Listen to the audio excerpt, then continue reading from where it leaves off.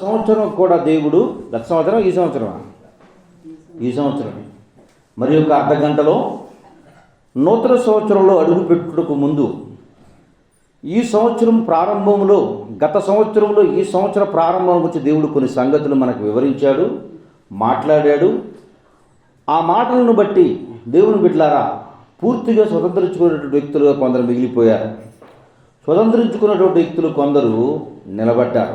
అయితే ఈ సంవత్సరం కూడా కొన్ని సంగతులు మీకు వివరించడానికి ముందు మనందరం కూడా ఎవరికి వారం ఒకసారి దేవుని వైపు చూస్తూ నూతన సంవత్సరానికి సుస్వాగతం పలుకున్నట్లు ఈ నూతన సంవత్సరంలో ప్రభా నీవు మాకు ఇచ్చే వాగ్దానం మా జీవితానికి ఆశీర్వాదకరంగా ఉండాలి అని హృదయపూర్వకంగా దేవుని వైపు చూస్తూ ఆయన తలంపు కలిగి ఉండండి.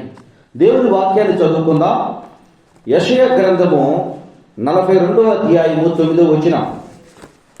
యెషయా గ్రంథము 42వ అధ్యాయం 9వ వచనం.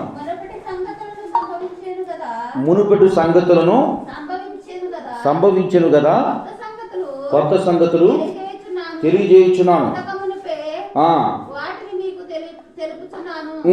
సముద్ర ప్రయాణము చేయవారులారా, సముద్రములోని సమస్తమా.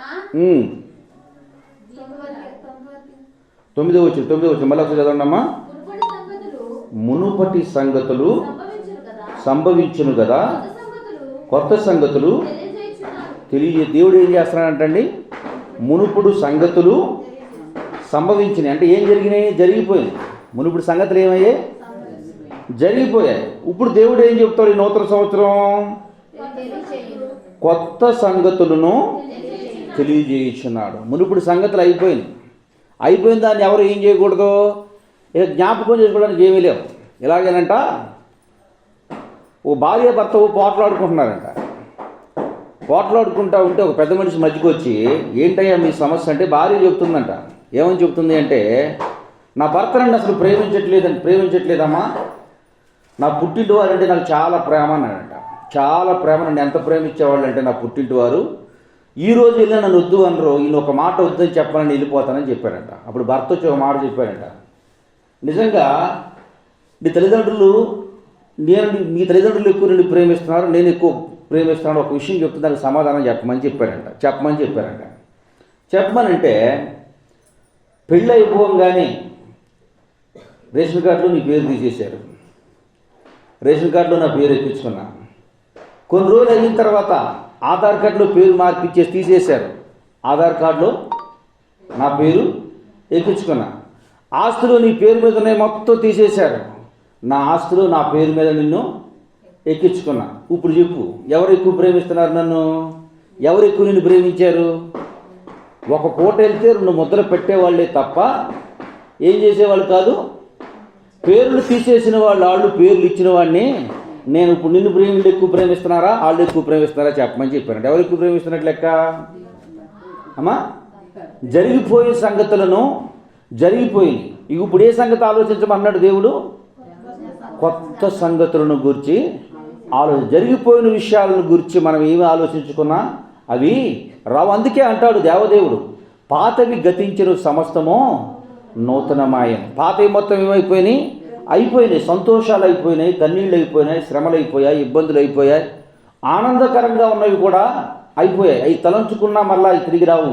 బాధలు తలంచుకున్న తిరిగి రావు, ఇబ్బందులు తలంచుకున్న తిరిగి రావు, కన్నీళ్లు తలంచుకున్న తిరిగి రావు. సంతోషము నువ్వు రమ్మంటే రాలేదప్పుడు, ఇప్పుడు పోయింది కనుక ఆ సంతోషం కావాలనుకున్న దేవుడు నీకు ఇవ్వడు. దేవుడు అంటున్నాడు నూతన సంవత్సరంలో, ఈ సంవత్సరం దేవుడు నీకు ఇస్తున్నటువంటి వాగ్దానానికి ముందు సంఘ వాగ్దానముగా, కుటుంబ వాగ్దానంగా దేవుడు ఇస్తున్న ఈ వాగ్దానాన్ని రాసుకోండి. యెషయా గ్రంథము 43వ అధ్యాయము 19వ వచనం. ఇక్కడ కొన్ని సంగతులు ఉన్నాయి, మీకు క్లుప్తంగా వివరిస్తాను.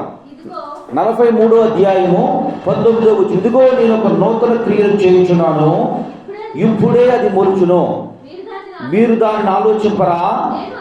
నేను అరణ్యములో త్రోవ కలగజేయుచున్నాను, ఎడారిలో నదులను పారజేయుచున్నాను. దేవుడు తన పరిశుద్ధ లేఖన భాగము మీ కుటుంబాల్లో, మీ జీవితముల్లో దేవుడు ఈ వాగ్దానము నెరవేర్చునుగాక. ఏమన్నాడండి యేసయ్య? ఇదిగో నేనొక నూతన క్రియను చేయించున్నాను, అది ఇప్పుడే మొలుచును. దేవుడు చెప్పినటువంటి మాట ఒక్కొక్కటిగా మనం ఏం చేద్దాం? విడదీసి విభజించి దాన్ని ధ్యానం చేద్దాం. దేవుడు ఏం చెప్తున్నాడు? ఇదిగో నేను ఒక నూతన క్రియను చేయించున్నాను. నూతన క్రియ, నూతనమైనటువంటి పని, నూతనమైనటువంటి కార్యము, పాత జరిగిపోయినటువంటి కార్యం కాదు. ఎవరైనా కానీ ఒక షర్ట్ వేసుకున్నారు లేదా ఒక చీర తీసుకున్నప్పుడు పండక్కి అదే మోడల్ చీర తీసుకున్నా దాన్ని ఏమంటారు? ఆ చీరతో ఈ చీరను ఎన్నటికీ పోల్చడానికి లేదు. కొత్తది దేవుడు నీ జీవితంలో ఈ సంవత్సరము చేయబోతున్నాడు. దేవునికి స్తోత్రం. ఎటువంటిది కొత్తది? వివాహం కాని వారికి వివాహం చేయబోతున్నాడు. ఉద్యోగం లేని వారికి ఉద్యోగము ఇవ్వబోతున్నాడు. తృణీకరించబడినటువంటి వ్యక్తి గొప్ప స్థితిలోకి మార్చబడుతున్నాడు. ఎప్పుడు ఆనందంతో ఉండే వ్యక్తిని ఎప్పుడు ఏడుపు కొట్టేలాగా మార్చబోతున్నాడు. ఎప్పుడు నిద్రపోయేవాడిని ఈ సంవత్సరం నిద్రపోకుండా చేయబోతున్నాడు. ఇదే కొత్త క్రియ అంటే. ఎటువంటిది కొత్త క్రియ అంటే?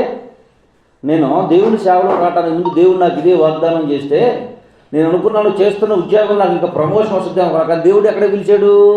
సేవలోకి వచ్చాడు. దేవుని బిడ్డలారా, మీ జీవితంలో కూడా మీ ఆర్థిక పరిస్థితులు ఆర్థికంగా కృంగిపోయి కృషించిపోయి అట్టడుగు స్థానానికి వెళ్ళిపోయి అట్టడుగున ఉంటూ అట్టడుగున మిగిలిపోతూ ఏమాత్రం కూడా అవకాశం లేక ఏమాత్రం కూడా ఆశ హోపలేదు లేనటువంటి మీ జీవితానికి యేసయ్య ఏం చేయబోతున్నాడంటే ఈ సంవత్సరంలో?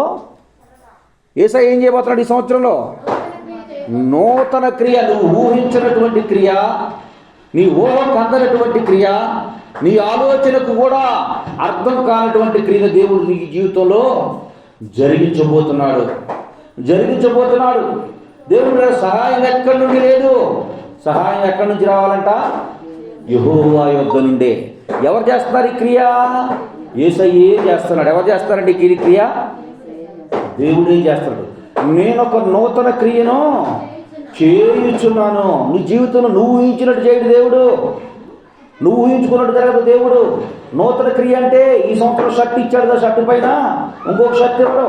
నీ జీవితంలో ఇప్పటివరకు నువ్వు ధరించుకోనివి, నీ జీవితంలో ఇప్పటివరకు నువ్వు ఆశించనివి, నీ జీవితంలో ఇప్పటివరకు నీకు ఏవైతే పొందుకోలేదో, నీ జీవితంలో ఇప్పటివరకు ఏవైతే నీ జీవితంలో నువ్వు ఊహకు అందలేదో, నీ ఆలోచనకు అందలేదో, నీ జీవితంలో యేసయ్య ఈ సంవత్సరం ఆ నూతనమైనటువంటి క్రియను నీ జీవితంలో జరిగించబోతున్నాడు.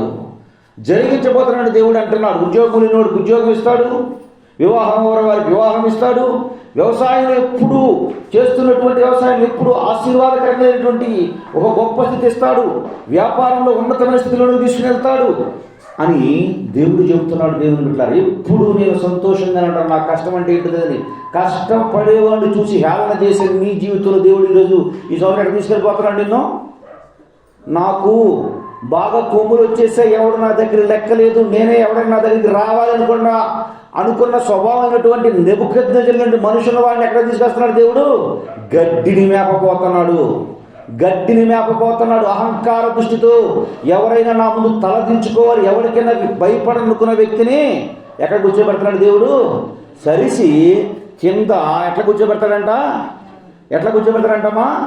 కింద పడిపోయేలా చేయబోతున్నాడు. నూతన క్రియ నీ జీవితంలో జరగబోతుంది. నూతన క్రియను దేవుడు జరిగించబోతున్నాడు ఈ నూతన సంవత్సరంలో. దేవుడు అంటున్నాడు అది ఇప్పుడే మొలిసేసింది. ఎప్పుడు మొలిచిందంట? ఇప్పుడే మొలిసింది. దేవుని బిడ్డలారా, గింజ మొలవటం తేలికైన పని కాదు. గింజ మొలవాలి అంటే ముందు ఎన్ని నుంచి కాపాడుకోవాలి? పక్షి నుండి కాపాడుకోవాలి. పక్షి నుండి పక్షి తినకుండా తనను తాను ప్రొటెక్షన్ చేసుకోవాలి. 2 పురుగు నుండి తనను తాను కాపాడుకోవాలి. 3 మట్టి లోతుగా వెళ్ళకూడదు. గింజ లోతుగా ఒక 5 అడుగులు గొయ్యి తీసి దాంట్లో గింజ వేస్తే మొక్క వస్తుందా అమ్మా? లోతుగా వెళ్ళలేదు. 4 గింజ కుళ్ళిపోలేదు. 5 గింజకున్నటువంటి స్వభావం ఏంటంటే ఇది కరెంట్ తీశారు.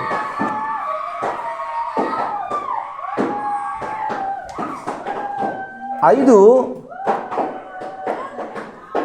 దేవుని పిల్లలారా, 5 దేవుడు తెలియజేస్తున్నటువంటి మాట.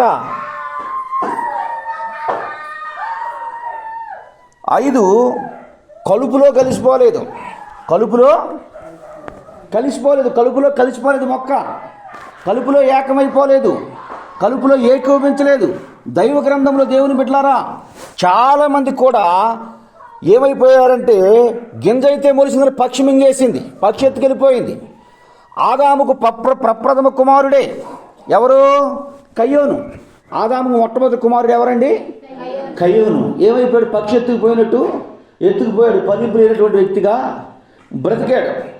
రెండవది, పురుగులు తినేసే స్థితిలోకి వెళ్ళిపోయారు కొంతమంది. దేవుని బిడ్డలు గుర్తించండి, మొట్టమొదటి ప్రముఖులమై ఉంటాం, మొట్టమొదటి స్థితిలో మనమే ఉంటాం, మొట్టమొదటి కార్యాలు మనమే చేస్తాం, మనతోనే ప్రారంభం అవుతుంది, మనతోనే ప్రారంభిస్తాం.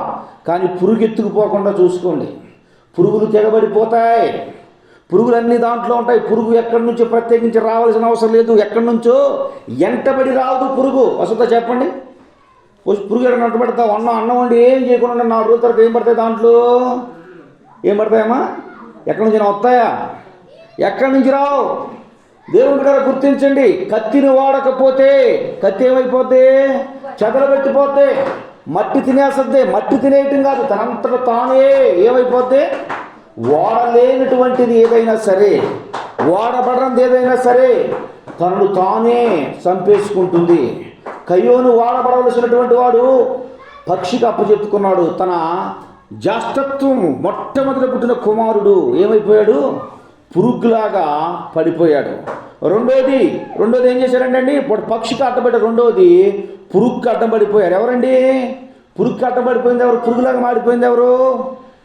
అబ్రహాము, ఇస్సాకు, యాకోబు. అబ్రహాము, ఇస్సాకు గారికి ఎంతమంది కుమారులు? ఇస్సాకు గారికి ఎంతమంది కుమారులు? యాకోబు, ఏశావు ప్రథమ కుమారుడు. స్వాస్థ్య భాగం పొందవలసినటువంటి వాడు ఏమైపోయాడు? కయ్యోనేమో పక్షి ఎత్తుకుపోతే ఏశావును ఎత్తుకుపోయింది? పురుగులు పడిపోయింది. పురుగులు పడిపోవడం అంటే ఏంటి? అక్కడే ఉన్నాడు, అక్కడే తిరిగాడు, ఆడే చేశాడు, కానీ ఫలింపలేనటువంటి వ్యక్తిగా బ్రతికిపోయాడు. దేవుని బిడ్డలారా మూడోది ఏంటి? మట్టి ఏం చేసింది? మట్టి లోతుగా పడిపోయి. ఎవరు వీళ్ళు? అహరోను కుమారులు ఎవరు వీళ్ళు? ఏం చేశారు? తండ్రి జ్యేష్ఠత్వము, తండ్రి యాజకత్వం అప్పచెప్తా యాజకత్వాన్ని సరిగా చేయనటువంటి దుష్ట దౌర్భాగ్యంలోకి వెళ్ళిపోయారు, లోతుకి వెళ్ళిపోవడం అంటే ఏంటి? తేలిగ్గా తీసేసుకుంటారు ఏ విషయాన్నైనా, చాలా సింపుల్గా తీసేసుకుంటారు. భక్తి జీవితంలో దేవుని బిడ్డలారా తేలగా టేక్ ఇట్ ఈజీగా, అసలు లెక్కలేందిగా, విలువలేందిగా, విలువ ఇవ్వాల్సిందన్నంతగా తీసుకోరు కొంతమంది. ఎందుకు చెబుతున్నానంటే గింజ మొలిసేసిందన్న దేవుడు అంటున్నాడు, వీటన్నిటి నుండి తప్పించబడ్డావు.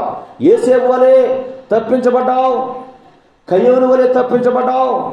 అహరోను కుమారులు నాదావు, వీళ్ళలాగా కూడా నువ్వేమైపోయావు? తప్పించబడ్డావు. నాలుగోది, గింజ ఏమైందని కుళ్ళిపోలేదంట. గింజ ఏమైపోలేదు? కుళ్ళిపోయినటువంటి వ్యక్తులు బైబిల్లో ఉన్నారు. తెలుసా మీకు? హేలీ కుమారుల పేరేంటి? హోప్నా, ఫినిహాస్. వీళ్ళు కూడా ఏమైపోయారు? తండ్రి యాజకత్వం అయితే వచ్చింది కానీ ఆ యాజకత్వాన్ని నిలబెట్టలేదు. తండ్రి గద్దించాడు, దేవుడు గద్దించాడు, అయినా కానీ ఏమాత్రమో లక్ష్య పెట్టలేదు. ఏమైపోయారు వీళ్ళు? గింజ వీళ్ళలో లేదా? గింజ ఉంది, ఏమైపోయింది వీళ్ళ దగ్గర? కుళ్ళిపోయింది. చివరిదిగా ఏంటంటే అది కలుపులో కలిసిపోయాడు. ఎవరో? దావీదు కుమారు అమ్నాను. దావీదు ఎవరిలో కలిసిపోయాడు? కలుపులో కలిసిపోయాడు. దేవుని బిడ్డలారా దేవుడు అంటున్నాడు, వీటన్నిటి నుండి కలపకుండా దేవుడు ఏం చేశాడంటే నిన్ను మొలిపించాడు. మొలిసింది మొదలుకొని, మొలిసిన తర్వాత ఇంకో కష్టం, మొలక ముందు ఒక కష్టం, మొలిసిన తర్వాత మరి ఒక కష్టం. నీ జీవితంలో నువ్వు దేవుడు చెప్పినట్లుగా నూతన క్రియను దేవుడు ప్రారంభించాడు. నీవు ఊహించలేకపోతున్న నీ జీవితంలో దేవుడు చేయడానికి ఇష్టపడతా ఉన్నాడు. నువ్వు ఆలోచించినటువంటి మేలు దేవుడు నీ జీవితంలో చేయడానికి ఇష్టపడుతున్నాడు. అయితే మొక్క మొలిసింది. ఇప్పుడు మొక్క మొలవగానే శత్రువు ఎవరు? మొక్క మొలవగానే శత్రువు ఎవరు? ఇందాక చెప్పిన 5 మొలవక ముందు అయితే మొలిసిన తర్వాత ఇప్పుడు ఎవరు శత్రువు? పశువు శత్రువు. పశుప్రాయులు నీకు ఎదురవుతుంటారు. పశుప్రాయం అంటే ఏంటి? వీళ్ళ స్వభావం దేవుని సన్నిధికి, దేవుని మందిరానికి, భక్తి జీవితాన్ని ఏం చేస్తారు? ఈజీగా డైవర్ట్ చేసేస్తారు. పశువులు ఏం చేస్తాయి చెప్పండి? నవిరేసేస్తాయి, శుభ్రంగా ఆరగించేస్తాయి. దేవుని బిడ్డలారా, నీ జీవితంలో నూతన క్రియ పొందాలి అంటే దేవుడు చెబుతున్నటువంటి మాట, అక్కడ నుండి 5 బాధాలను తప్పించుకున్నావు. ఇక 6వ బాధ నుంచి దేవుడు నీకే అవకాశం ఇచ్చాడు. దేవుడు నీకే అవకాశం ఇచ్చాడు. చూస్తారు ఒకసారి ఏమంటాడు 43వ అధ్యాయంలో ఏమంటాడు? ఒకసారి గమనించగలిగినట్లయితే, మీరు పరిశీలించగలిగినట్లయితే దేవుడు చెప్పే మాట ఒకసారి జాగ్రత్తగా పరిశీలించండి. దేవుడు చెబుతున్నటువంటి మాట 43 యెషయా గ్రంథము 9వ వచనంలో దేవుడు చెబుతున్నటువంటి మాట, ఇదిగో నేను ఒక నూతన క్రియను చేయుచున్నాను, అది ఇప్పుడే మొలుచును, మీరు దాన్ని ఆలోచింపరా. దేవుడు ఏమంటున్నాడు? మీరు దానిని ఏం చేయాలంట? మీరు ఏం చేయాలంటే మీరు ఆలోచించారు. ఆలోచన వస్తుందా మీకు? ఆలోచన కలిగి ఉన్నారా? ఈరోజు ఈ స్థితిలో నేను ఉన్నానంటే దేన్ని బట్టి ఉన్నాను? నేను ఆలోచిస్తున్నారా? మీరు ఎవరైనా ఈ విధంగా ఉన్నాను అంటే, ఒకసారి ఫ్యాన్ అయినా, ఈ విధంగా ఉన్నాను అంటే దేన్ని బట్టి ఉన్నాను? నేను అడిగిన ఆశీర్వాదాలు, దీవెనలు దేవుడు ఇవ్వటానికి నన్ను ఇక్కడ ఉంచాడు. దేవుడు నాకు, నేను మొరపెట్టిన మొరలను దేవుడు వినటానికి నన్ను ఇక్కడ ఉంచాడు, నిలబెట్టాడు. మీరు ఆలోచిస్తున్నారా? దేవుడు నూతన క్రియను చేశాడు, నూతన క్రియను ప్రారంభించాడు. మీ జీవితంలో ఇప్పుడే మొలిచింది. మొలిచినటువంటి దాన్ని గురించి నేను ఏం చేయాలి? ఈ మొక్కని ఏం చేసుకోవాలి? నేను పెంచుకోవాలి. ఇప్పుడు ఇది మొక్కే కదా. 365 రోజులు సంవత్సరంలో ఉంటాయి. 365 లీవ్ సంవత్సరం అయితే 366 రోజు. ఇప్పుడు ఏ రోజులో ఉన్నాం మనము? మొట్టమొదటి రోజు, మొట్టమొదటి గంటలో మరికొన్ని క్షణాల్లో మనము అడుగు పెట్టబడుతుంది. మొక్క లేకపోతే చెట్టా? అమ్మ, మొక్క చెట్ట? ఇది మొక్క. ఎందుకంటే ఒక వారం, 10 రోజులు, 20 రోజులకు ముందైతే గింజ, ఒక నెల ముందైతే గింజ. ఆ గింజలన్నింటి నుండి తప్పించుకొని వచ్చావు, మందిరంలోకి వచ్చావు. మందిరంలో రాకపోతే గింజగానే ఉండేవాడు. మందిరంలోనికి వచ్చిన నీవు మొక్కగా ఏమయ్యావు? మొలిచావు. మొలిసిన నీవు ఆలోచిస్తున్నావా? ఏం ఆలోచన చేయాలి ఇప్పుడు? ఈ సంవత్సరంలో దేవునికి అవిధేయుడినై నడిచాను, దేవుడికి అవిధేయురాలనై నడిచాను, ప్రార్థన జీవితం లేదు, వాక్య ధ్యానం లేదు, ప్రార్థనలోకి వచ్చినా కానీ సరైనటువంటి నడిపింపు లేనటువంటి వ్యక్తిగా బ్రతికాను. ఇన్ని సంవత్సరాలు నా సేవా జీవితంలో, నా విశ్వాస జీవితంలో, ప్రార్థనా జీవితం లేనటువంటి వ్యక్తిగా నేను బ్రతికాను. ఇన్ని సంవత్సరాలు ప్రార్థనకి వెళ్తూనే ఉన్నాను తప్ప బైబిల్ చదవటం వచ్చు అనుకుని భ్రమలో బ్రతుకుతున్నాను తప్ప నాకు బైబిల్ రావటం లేదు. దేవుడు చెప్పే మాట నాకు అర్థమవుతున్నా, పెడ చెవును పెడుతున్నాను. ఆలోచిస్తున్నారు ఈ మాట గురించి? మొక్కగా ఉన్న నేను ఏం చేయాలంట? ఆలోచన చేస్తున్నావా? మా అర్థమవుతున్నా మాట మీకు? ఆలోచన చేస్తున్నారా? ఆలోచన కలిగి ఉన్నారా? లేక ప్రార్థనలో కొంచెం నిద్రపోతున్నారా? ఎప్పటికప్పుడు నిద్రపోయే వ్యక్తుల్లో ఉన్నారా? దేవుని బిడ్డ నిద్రపోవాలి. ఎప్పుడు నిద్రపోవాలి? ఎప్పుడు నిద్రపోవాలి? వ్యర్థమైనవి, మనకు అవసరం లేని వాటిని మన హృదయంలో తెచ్చుకున్నప్పుడు నిద్రపోండి. నీకు అవసరమై ఉన్నప్పుడు ఏం చేయాలి? నిద్రలోకి నీవు వెళ్ళకూడదు. దేవుడు చెబుతున్న మాట ఇది. దేవదేవుడు నూతన సంవత్సరంలో నీకు ప్రారంభ దినంలో నీకు తెలియజేస్తున్నటువంటి మాట ఇది. మొక్కను గురించి మీరు ఆలోచింపరా? ఆలోచన చేస్తున్నారా? ఆలోచన కలిగి ఉన్నారా? ఈ నూతన సంవత్సరంలో మనం ఎలా ఉండాలి? ఈ మొక్కను ఎట్లా ప్రొటెక్షన్ చేసుకోవాలి? ప్రార్థన జీవితాన్ని ఏ విధంగా పెంచుకోవాలి? కుటుంబాన్ని ఎలా కట్టుకోవాలి? ఆర్థిక పరిస్థితిని ఎలా సరి చేసుకోవాలి? చేస్తున్నటువంటి పనుల్లో ఎట్లా దీవెనకరంగా ఉండాలి? దేవునికి విధేయత, దేవునికి కృతజ్ఞత భావంతో కలుగుతూ దీవెన పొందుకునే వ్యక్తిగా, దీవెనల గురించి మాట్లాడే వ్యక్తిగా నేను ఎలా జీవించాలి? దేవుడు ఏమన్నాడు? ఆలోచన చేస్తున్నారా? మీ మొక్క గురించి ఆలోచన కలిగి ఉన్నారా? ఆలోచన మీ హృదయానికి వస్తుందా? దేవుడు తెలియజేస్తున్నటువంటి మాట ఇది. తర్వాత ఏమన్నాడండి? అరణ్యములో త్రోవ కలగజేస్తాడు. అరణ్యం అంటే ఎక్కడ కనపడుతుంది చెప్పండి? చుట్టూ చెట్లే, అక్కడ ఏముండదు, దారి ఉండదు. దేవుడు కూడా చెప్తున్నాడు, కొన్ని సంవత్సర పరిస్థితులు నీకు ఎట్లా ఉంటాయి? దారి లేనటువంటి ప్రాంతాల పరిస్థితులు కూడా ఎదురవుతాయి. అయినప్పటికీ నేను వేసిన మొక్క నీవని, నేను నాటినటువంటి మొక్కవు నేను అని, ప్రభా నీవు నాటిన మొక్కనే కదా అని నీవు నా యందు చూస్తే, నా వైపు తిరిగితే నీకేం కలుగజేస్తానంట దేవుడు? త్రోవ. త్రోవ అంటే ఏంటి? రోడ్డు. ఎప్పుడు ఎక్కడ కలుగజేస్తారంట? అరణ్యములో రోడ్డును కలుగజేస్తారంట దేవుడు. అరణ్య ప్రాంతంలో రోడ్డుని ఇస్తాడు దేవుడు. ఊహించినటువంటి తారు రోడ్డు ఇస్తాడో, మరి సిమెంట్ రోడ్డు ఇస్తాడో, లేకపోతే రైల్వే లైన్ వేస్తాడో, లేదా ఎయిర్పోర్ట్ ఇస్తాడో తెలియదు. నీకు అరణ్య పరిస్థితులను ఎదుర్కోవాల్సి వస్తుంది. అయినప్పటికీ కూడా నీకేమిస్తాను దేవుడు ఏమన్నాడు? అందుకే అన్ని సుఖాలు ఇస్తానని దేవుడు చెప్పడు. ఇప్పుడు చెప్పరా? నూతన క్రియ నేను జీవితంలో చేయబోతున్నది ఇప్పుడే మొలిచింది, నువ్వు ఆలోచన చేయి. అరణ్యం ఎదురవుతుంది రాబో రోజుల్లో.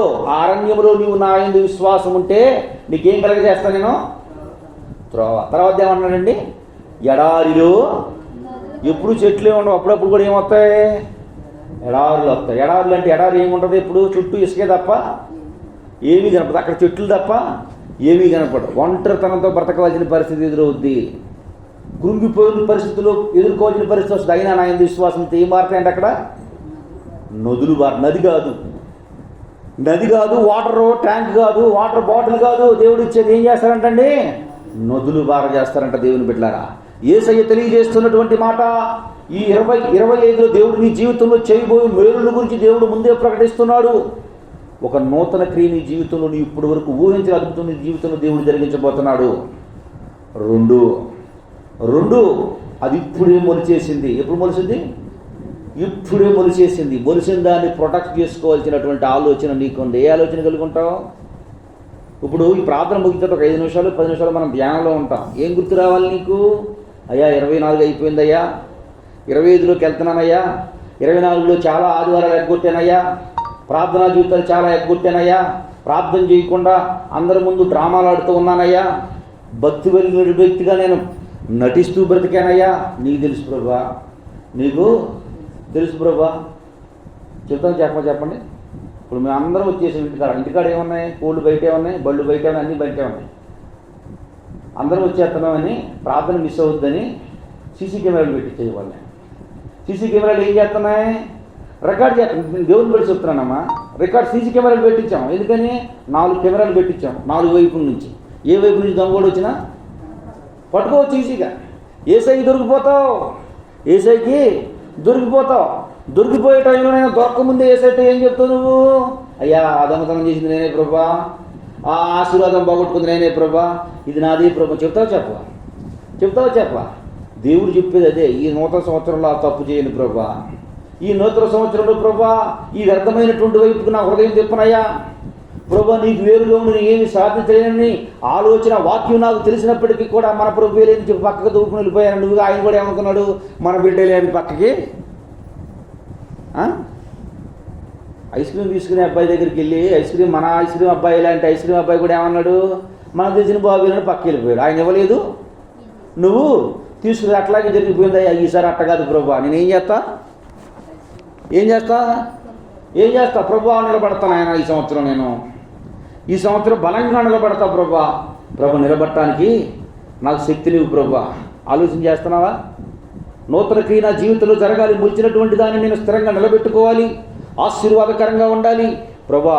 నేను ఆ విధంగా నిలబడతా ప్రభా అంటున్నాడు దేవుడు. నిలబడకపోతే నీకేం ఎదురవుద్ది? ఇప్పుడు అరణ్యంలో ఏముంటాయి? క్రూర మృగాలు ఉంటాయి, విష పురుగులు ఉంటాయి.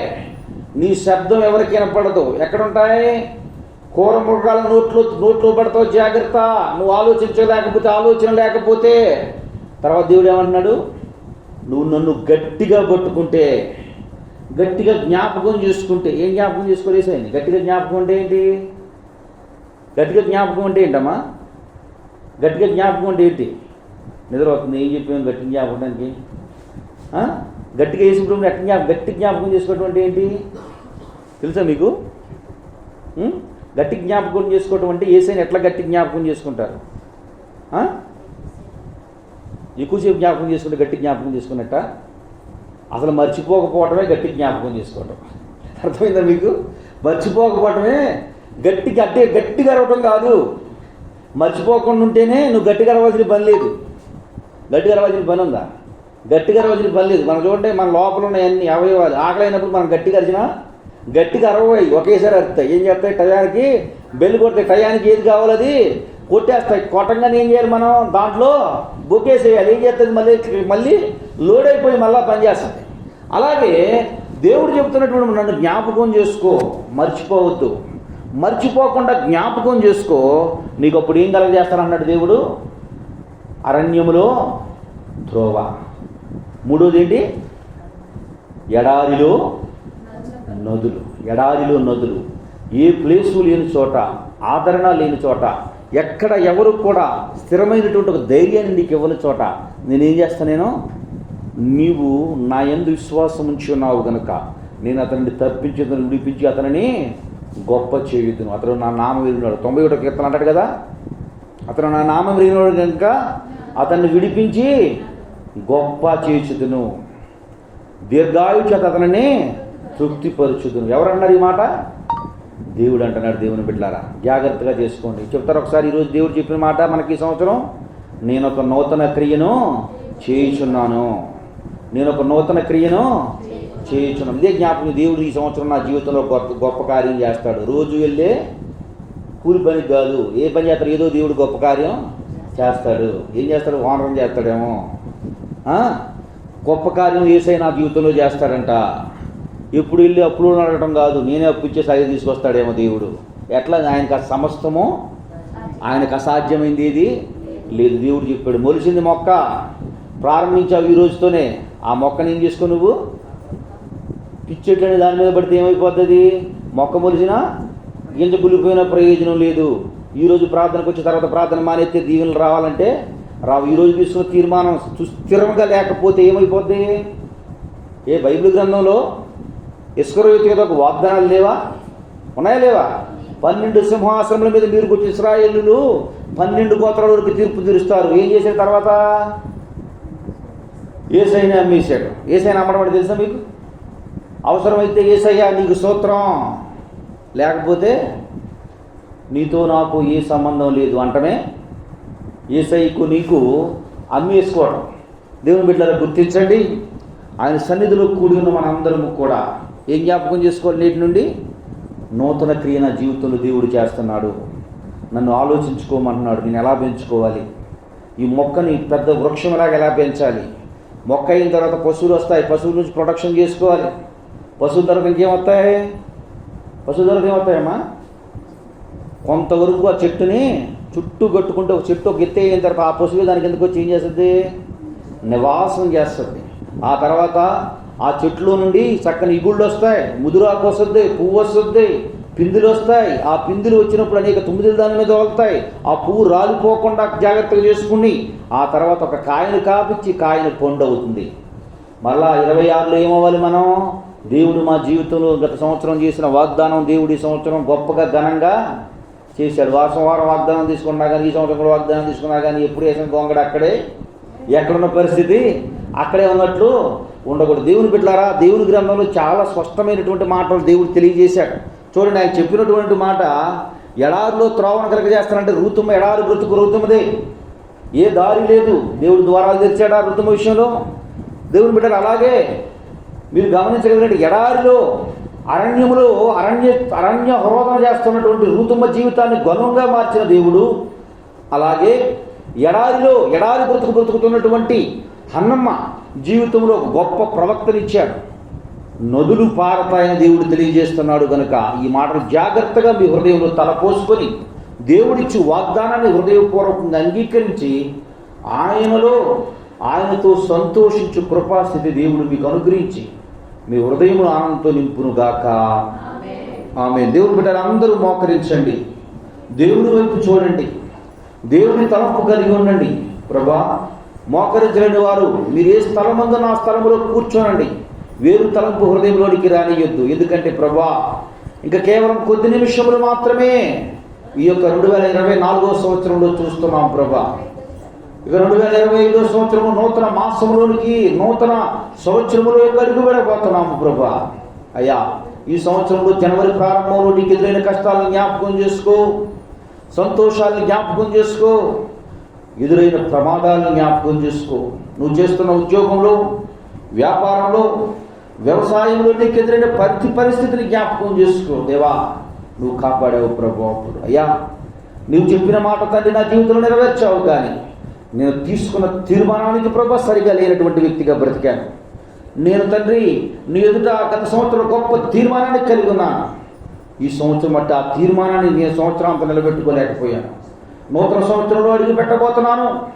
ఈ నూతన సంవత్సరంలో అడుగు పెట్టబోతున్న నా జీవితంలో గత సంవత్సరపు తాలూకు తండ్రి చేదు వేళ్ళు తుంచి వేసుకోవడానికి ఇష్టపడుతున్నాను ప్రభా.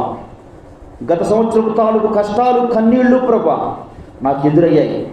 ఎదురవటానికి కారణం ప్రభా నీకు సరైన విధేయత చూడలేటువంటి వ్యక్తిగా నేను బ్రతికాను.